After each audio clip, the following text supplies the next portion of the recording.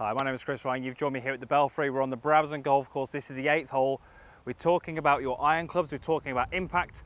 And I've got a great little exercise that you can do at home or at the range, which is going to help you better understand exactly where you should be as you strike the golf ball and how that in turn can help you hit some much crisper iron shots and probably with some more distance as well. And I'm sure we would all like to do that. So impact is really, you know, the kind of only position in the golf swing that we're really trying to improve or work on.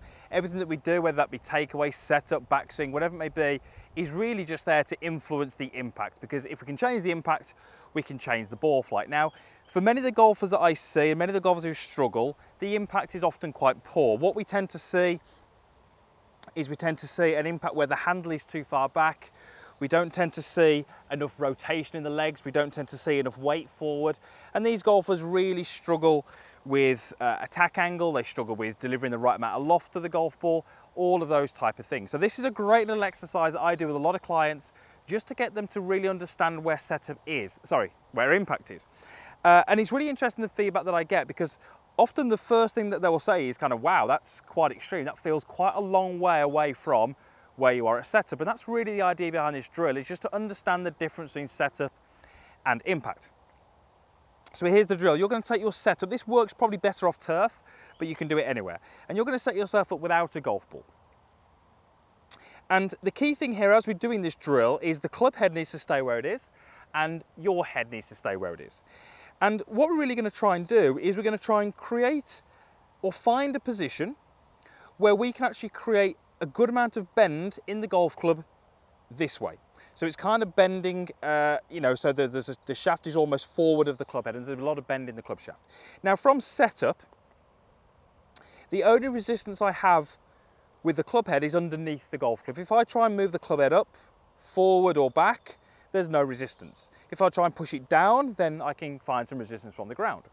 But here's my impact position. Let me show you. There's my impact position.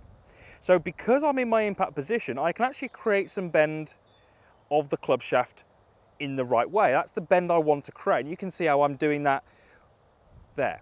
Now, the reason I've been able to do that is because I've used my body, I've rotated my hips, I've opened up my chest, which has allowed my handle to move forwards, which has allowed me to then apply some pressure through the golf club, through into the ground.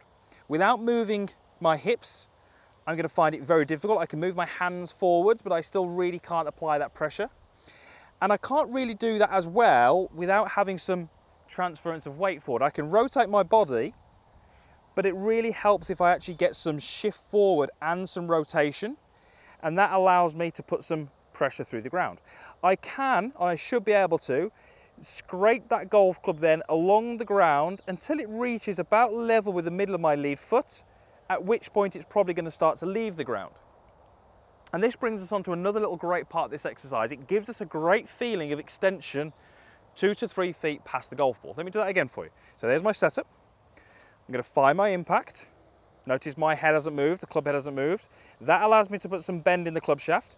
I can then scrape the golf club along the ground, and when it releases, it really gets me into this really good extended position where my arms are nicely structured, the grip is pointing back at me, and the club head is as far away from me as it can be at this point. Many of you out there watching this, when you take a photo or video of yourself post-impact, you're going to see kind of a lot of narrowness in the arms, the elbows separating. Maybe some of you have got an excessive release of the club head. So this is a great way to feel not only where impact is, but also what it's going to feel like 2 to 3 feet past impact when we've got that real good extension. So, you know, it's incredible how many golfers I see who believe that the setup and the impact are the same. And that is really our first issue to get past, because many golfers are trying to return to the place they were at setup, believing that that's the correct way to hit the golf ball. This is a great exercise to just give some awareness, you know, for especially golfers who aren't maybe too sure where impact is. This is a great way to start to feel that.